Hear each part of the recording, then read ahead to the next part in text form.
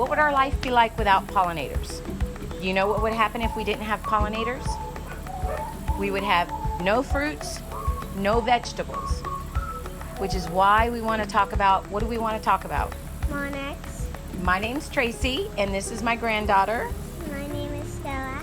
And we want to talk a little bit about why monarch butterflies are so important.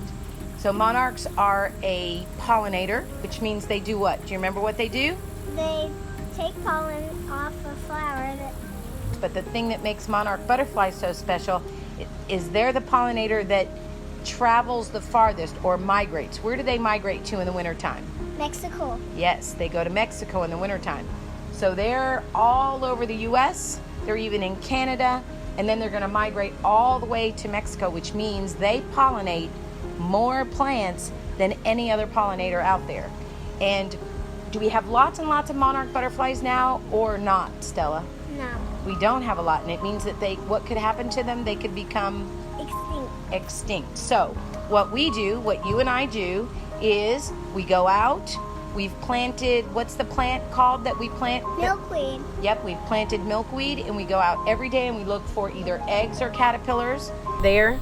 So I'm gonna have a lot of new baby caterpillars on this plant, but sadly, or possibly, the little monarch caterpillar that I already saw could already be gone. Something could have eaten it. And when we find them, we bring them in. We put them in an enclosure that's got lots of air going through it, like a pop-up hamper. And we bring in leaves from that plant and we feed them until they do what? They turn into a butterfly. Well, what happens before they become a butterfly? They go from a caterpillar. A chrysalis, then a monarch butterfly. Yes, so the life cycle is they start as an egg, they become a caterpillar, then they go into a chrysalis, and then they become a butterfly.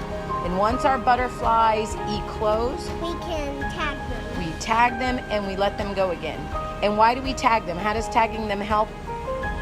So scientists can track them. So scientists can track them. So we can tell whether or not their numbers are increasing, and so we can check to see what their migratory pattern is and if weather is affecting them.